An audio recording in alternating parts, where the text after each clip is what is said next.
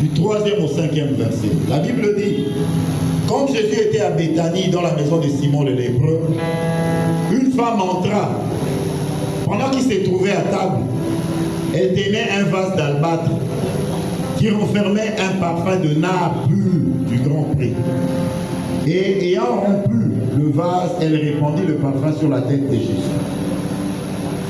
Quelques-uns exprimèrent entre leur indignation: à quoi bon perdre ce parfum? On aurait pu le vendre plus de 300 deniers et les donner aux pauvres. Ils s'irritaient contre cette femme.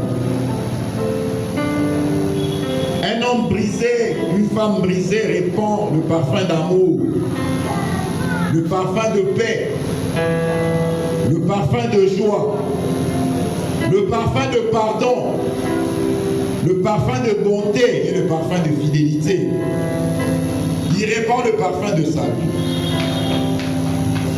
2 Corinthiens chapitre 2.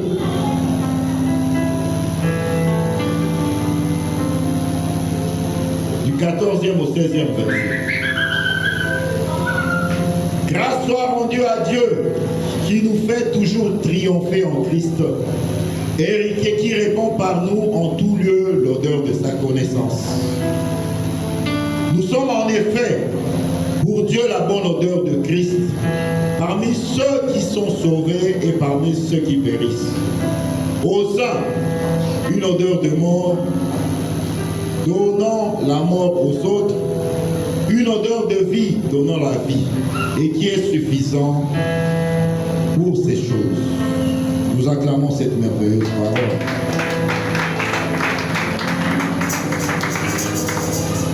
Quatrième bénéfice du brisement, la bonne gestion de la gloire.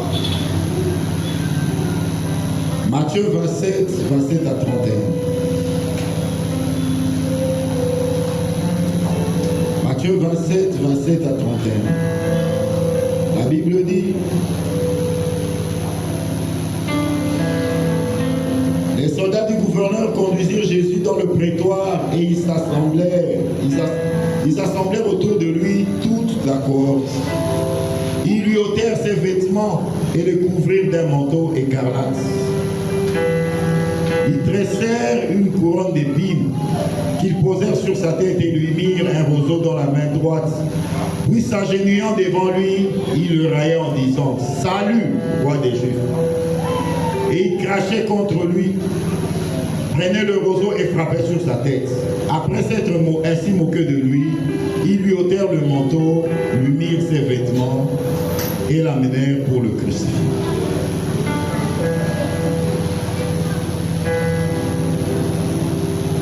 Éphésiens chapitre 1.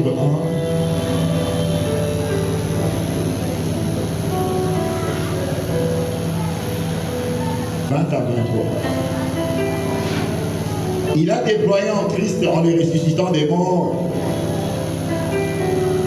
et en le faisant asseoir à sa droite dans les lieux célestes, au-dessus de toute domination, de toute autorité, de toute puissance, de toute dignité et de tout nom qui se peut nommer, non seulement dans le siècle présent, mais encore dans le siècle à venir. Il a tout mis sous ses pieds et il a donné pour chef suprême à l'Église, qui est son corps, la plénitude de celui qui remplit tout en tous. Nous acclamons cette parole. Cinquième bénéfice du brisement, c'est la mission suprême. Matthieu chapitre 28.